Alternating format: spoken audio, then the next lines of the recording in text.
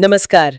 आज हम एक ऐसे विषय की गहराई में जा रहे हैं जो शायद जिंदगी की सबसे अहम सच्चाइयों में से एक है, पर हम अक्सर उसे नजरअंदाज कर देते हैं। वो ये कि कैसे हमारे विचार, हमारे मन में जो भी बातें चलती रहती हैं, वो असल में हमारी पूरी दुनिया को, हमारे अनुभव को कंट्रोल करती हैं। बिल्कुल। हमारे पास जो स्रोत हैं वो इसी बात पर रोशनी डालते हैं कि विचार सिर्फ ऐसे ही हवा में नहीं उड़ते रहते। नहीं, बिल्कुल नहीं। ये हमारे हर एहसास, हर एक्शन का, आप कह सकते हैं, शुरुआती बिंदु होते हैं। हाँ। सोचिए, सुबह आंख खुलते ही अगर मन में कुछ भारीपन है तो पूरा दिन वैसा ही महसूस होता है ना। बिल्कुल।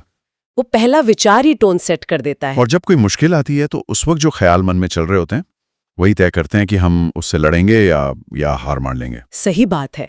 स्रोत ये भी बताते हैं कि हम लोग अक्सर बाहर उंगली उठाते हैं, देखो हालात ऐसे हैं, या फला इंसान की वजह से, या किस्मती खराब है। हाँ, दोष देना आसान लगता है, पर हम अपने मन के अंदर जो कंट्रोल रूम है उसे नहीं देखते, जहां ये विचार पल पल कहानी गढ़ रहे हैं। बिल्कुल। और ये मनोविज्ञान का एक बहुत ही बुनियादी लेकिन शक्तिशाली सिद्धांत है। हाँ, कि विचार पहले आते हैं, वो हमारी भावनाओं को रंग देते हैं और फिर वही भावनाएं हमें काम करने या न करने पर मजबूर करती हैं। स्रोत इसी बात पे जोर देते हैं कि ये कोई किस्मत का खेल नहीं है। अच्छा।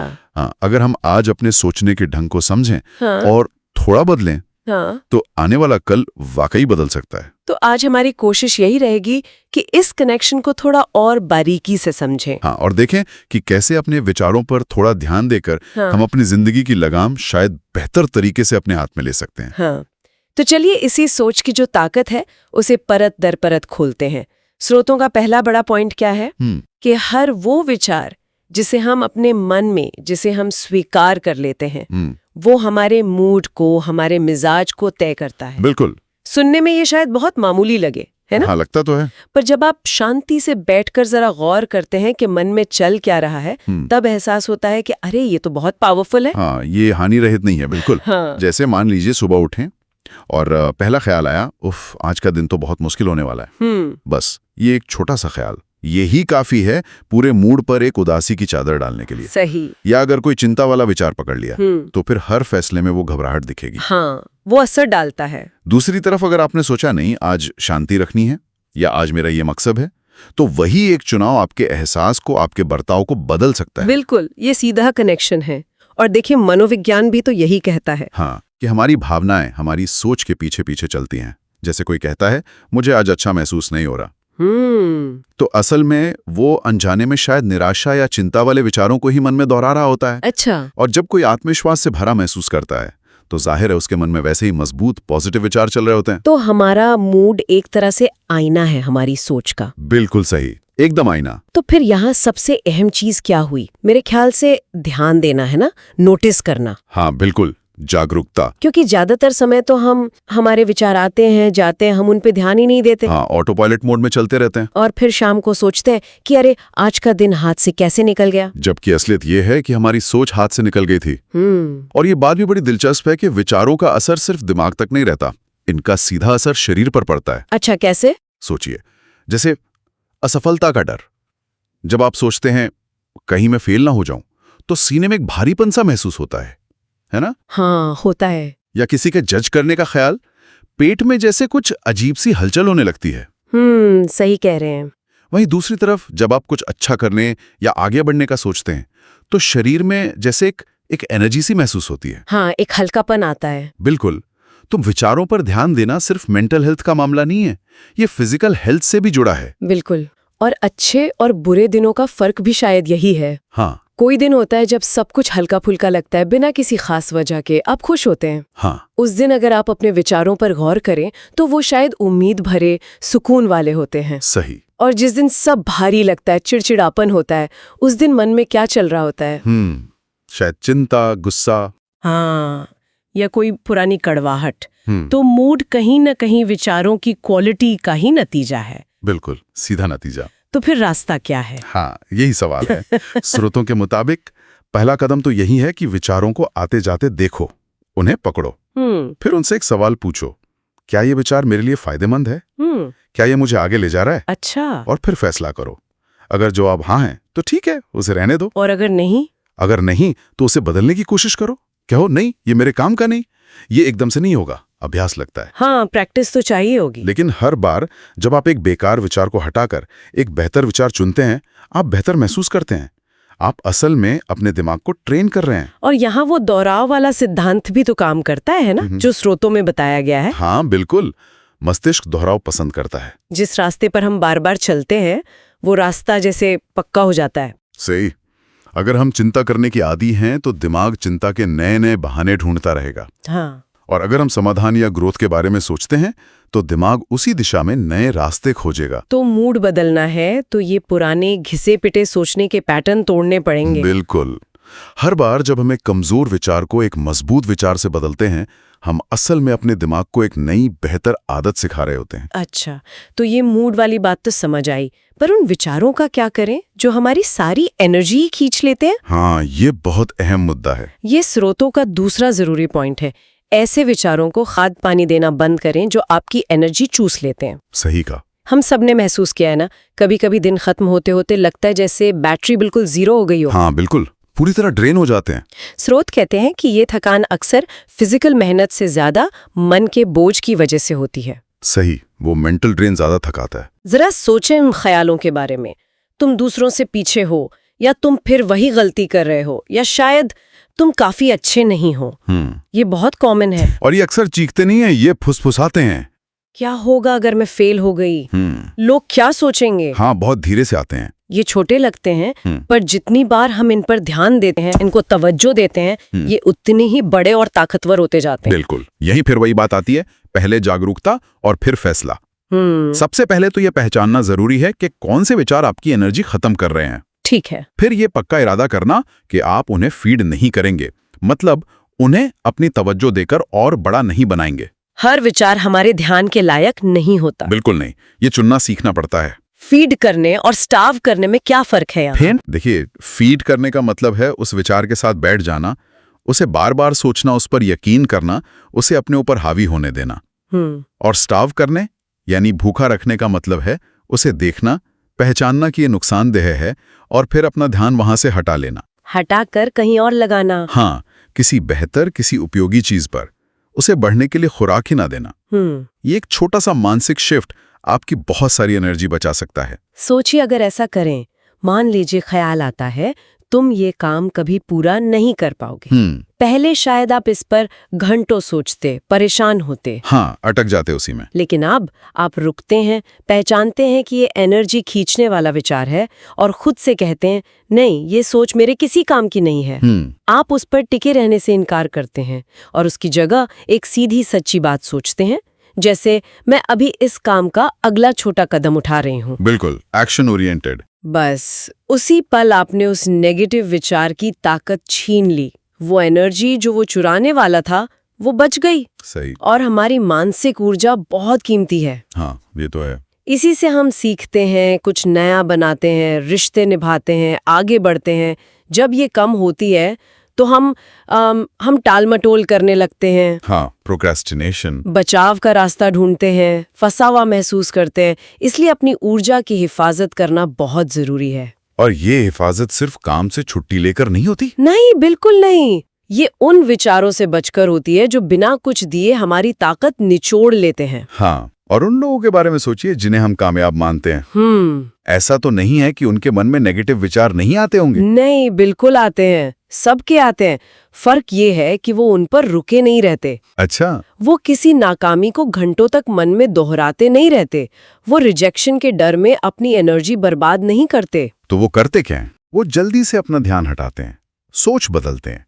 ये कोई जादू नहीं है, ये एक सीखी हुई आदत है, एक अनुशासन है कि अपने मन को क्या खिलाना है और क्या नहीं। बिल्कुल। तो इसका अभ्यास कैसे करें? तरीका आसान है, पर लगातार करना होगा। बताइए। पहला, विचार को आते हुए देखो, नोटिस करो। दूसरा, खुद से पूछो, ये मुझे ताकत दे रहा है या मेरी ताकत ले रहा है? तीसरा, अगर ये ताकत ले रहा है तो फैसला करो कि इस पर और ध्यान नहीं देना है। अपना फोकस किसी सच्ची, अच्छी या काम की बात पर लगाओ। सुनने में तो ये छोटा लगता है। हाँ, छोटा लगता है, लेकिन ऐसे रोजाना के छोटे छोटे फैसले ही जिंदगी में बड़ा बदलाव लाते हैं। ये कंपाउंड होता है। ये एनर्जी बचाने वाली बात, ये सीधे जुड़ती है हमारे तीसरे पॉइंट से। अच्छा। जो स्रोतों ने उठाया है। जब आपका मन वही पुराने शक या संदेह दोहराए तो खुद को पकड़ें। हाँ, ये शक, ये बड़े अजीब होते हैं। बार बार आते हैं, है ना? शायद अलग अलग शक्ल में, पर मैसेज लगभग वही होता है। हाँ, जैसे तुम तैयार नहीं हो, तुम ये नहीं कर सकते, तुम इसके लायक नहीं, कुछ ऐसा ही। और ऐसा होता क्यों है बार बार? क्योंकि हमारा दिमाग वो पैटर्न बनाने और याद रखने में माहिर है। अच्छा। अगर हमने पहले कभी खुद पर शक किया है तो दिमाग के लिए वही पुरानी लाइनें दोहराना बहुत आसान हो जाता है। और बार बार दोहराने से वो शक जाना पहचाना लगता है, और जो चीज जानी पहचानी लगती है वो अक्सर सच लगने लगती है। यही हम गलती कर जाते हैं। हाँ, हम शक को सच्चाई मान बैठते हैं, जबकि वो बस एक पुरानी आदत होती है, एक मेंटल हैबिट। और इसका नतीजा क्या होता है? नतीजा, जब शक हावी होता है तो हमारे काम करने का दायरा वो सिकुड़ जाता है। हम नए मौके लेने से डरते हैं, हम आगे बढ़ने की बजाय पीछे हटने लगते हैं। उन दरवाजों को खटखटाने से हिचकिचाते हैं जो शायद खुल सकते थे। बिल्कुल। तो यहां भी, जैसा हमने पहले कहा, जागरूकता मतलब देख पाना, वही पहला कदम है। शक को उसी पल पकड़ लेना जब वो घुसने की कोशिश कर रहा हो। हाँ। दिक्कत ये है कि हमें से ज्यादातर लोग ऑटो पायलट पर जीते हैं, मन में शक चलते रहते हैं और हमें पता भी नहीं चलता। तो उपाय क्या है? पकड़ें कैसे? पहला, थोड़ा धीमे हो, अपने अंदर की आवाज को सुने। दूसरा, जैसे ही शक वाला विचार आए, जैसे तुम शायद फेल हो जाओगे, हाँ बिल्कुल, उसे पहचाने, अनदेखा ना करें। तीसरा, उसे चुनौती दें। चुनौती दें कैसे? खुद से पूछें, क्या इस शक का कोई ठोस सबूत है? क्या कोई फैक्ट है, या ये बस मेरा पुराना डर है जो फिर से सामने आ गया है? ज्यादातर मामलों में आप पाएंगे कि ये बस एक पुरानी रिकॉर्डिंग है जो बज रही है, कोई ठोस आधार नहीं है उसका। और यहाँ भी वो दोहराव वाली बात काम करती होगी। हाँ बिल्कुल, दोहराव यकीन बनाता है, चाहे वो यकीन नेगेटिव हो या पॉजिटिव। अच्छा। अगर आप बार बार शक दोहराएंगे तो दिमाग उसे सच मान लेगा, लेकिन अच्छी बात यह है कि आप इसे उलट भी सकते हैं। कैसे? अगर आप शक को पकड़कर उसकी जगह एक मजबूत सच्ची बात दोहराते हैं, जैसे मैंने तैयारी की है, या मैं कोशिश तो कर सकती हूँ, या हर कोई कभी ना कभी गलती करता है, तो धीरे धीरे दिमाग उसे सच मानने लगेगा, जैसे एक एथलीट करता है खेल से पहले। हाँ, वो विजुअलाइज करते हैं। हाँ, शक आता है, कहीं गड़बड़ ना हो जाए। अगर वो इस पर ध्यान देता है तो परफॉर्मेंस बिगड़ सकता है। सही। लेकिन अगर वो उसे पकड़कर कहता है, नहीं मैंने ट्रेनिंग की है, मुझे पता है क्या करना है, तो उसका आत्मविश्वास बढ़ जाता है। एक तरीका ये भी हो सकता है शायद कि आप अपनी शक वाले विचारों को लिखना शुरू करें। हाँ, ये बहुत अच्छा तरीका है। जब भी आए नोट कर लें। आप शायद हैरान होंगी देखकर कि वो कितनी बार एक ही थीम दोहराते हैं। हाँ, पैटर्न साफ दिखने लगता है, आपकी काबिलियत, आपकी कीमत, आपका भविष्य, बार बार वही। और जब आप इस पैटर्न को साफ साफ देखते हैं तो उन्हें सीरियसली लेना थोड़ा मुश्किल हो जाता है। हाँ, अब सोचने लगते हैं, अरे ये तो वही पुरानी कहानी है। और देखिए, जब आप शक को पकड़ लेते हैं तो आप उस विचार और अपनी प्रतिक्रिया के बीच एक खाली जगह बना लेते हैं, एक स्पेस। अच्छा, स्पेस। हाँ, उस खाली जगह में आपकी ताकत है, चुनने की ताकत। चुनने की। हाँ, आप तय कर सकते हैं, ये विचार बस एक विचार है, ये मैं नहीं हूं, मैं इसे कंट्रोल नहीं करने दूंगा। शक आपको रोकने आता है, रास्ता दिखाने नहीं। अगर आप उसे सच मान लेते हैं, वो जीत जाता है। अगर आप उसे पकड़ लेते हैं, आप जीत जाते हैं। ये बात बहुत जरूरी है, और ये हमें लाती है हमारे आखिरी चौथे पॉइंट पर। हाँ। जो स्रोतों में उभर कर आया है। उन विचारों को चुनौती दें जो आपको छोटा बने रहने को कहते हैं। ये भी बहुत आम है। ये वो अंदर की आवाज है जो फुसफुसाती है, ज्यादा आगे मत बढ़ो, भीड़ से अलग मत दिखो, ऊंचे सपने मत देखो। हाँ, सेफ रहो, रिस्क मत लो। सुनने में ये आवाज जैसे हमारी हिफाजत कर रही हो, है ना? हाँ, लगती तो प्रोटेक्टिव है, पर असल में ये हमारी तरक्की को, हमारी ग्रोथ को रोक रही होती है। ये विचार आते कहाँ से हैं? अक्सर ये बहुत गहरे बैठे होते हैं। ये शायद पुराने बुरे अनुभवों से, किसी की कही हुई आलोचना से, या सालों पुराने किसी डर से जुड़े होते हैं। अच्छा। जब भी आप कुछ नया करने, अपने कंफर्ट जोन से बाहर निकलने की सोचते हैं, तो दिमाग इन पुरानी यादों को सबूत की तरह पेश करता है। देखो, पिछली बार भी ऐसा हुआ था। हाँ बिल्कुल, लेकिन ये समझना जरूरी है, ये सच्चाई नहीं है। ये यादें और डर हैं जिन्हें सच्चाई का नकाब पहना दिया गया है। तो इन्हें चुनौती कैसे दें? सवाल पूछकर, सीधा सवाल। कैसे? जब विचार आए, तुम इस लायक नहीं हो, या तुम तैयार नहीं हो, रुकिए और पूछिए, क्यों नहीं? क्या पक्का सबूत है कि मैं ये नहीं कर सकती? आप पाएंगे कि अक्सर कोई ठोस सबूत होता ही नहीं। ये सवाल पूछना ही उस विचार के भ्रम को तोड़ देता है। पर इसमें हिम्मत तो लगती होगी। हाँ, इसमें हिम्मत वकील मतलब डर या असहज महसूस होने के बावजूद वो काम करना जो आप करना चाहते हैं। जैसे मान लीजिए विचार कहता है मीटिंग में मत बोलो, सब हंसेंगे। चुनौती ये है कि आप फिर भी बोले, चाहे थोड़ा डर लगे।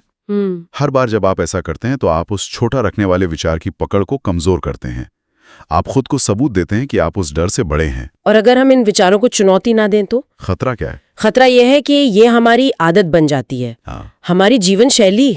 हम खुद ही अपने दायरे छोटे कर लेते हैं, मौके लेना बंद कर देते हैं, नई चीजें आजमाना बंद कर देते हैं। और धीरे धीरे धीरे धीरे जिंदगी हमारी असली क्षमता से कई छोटी रह जाती है, सिर्फ इसलिए क्योंकि हमने उस झूठ पर यकीन कर लिया जो हमें कोशिश करने से रोकता था। अगर हम इसे बड़ी तस्वीर में देखें तो इंसान तरक्की तभी करता है जब वो अपनी मौजूदा हदों से, अपनी सीमाओं से आगे जाता है। सही बात है। और इसमें हमेशा थोड़ी मुश्किल, थोड़ा डर, थोड़ी असुविधा शामिल होती है। उन विचारों को चुनौती देना जो आपको पीछे खींचते हैं, असल में इसी तरक्की की प्रक्रिया का एक जरूरी हिस्सा है। तो आज हमने जिन स्रोतों को खंगाला, उनका निचोड़ सार क्या निकलता? यही कि अपने विचारों को समझना और उन पर काबू पाना ही अपने मूड, अपने एनर्जी, अपने कामों और आखिरकार अपनी पूरी जिंदगी को संवारने की चाबी है। बिल्कुल सही।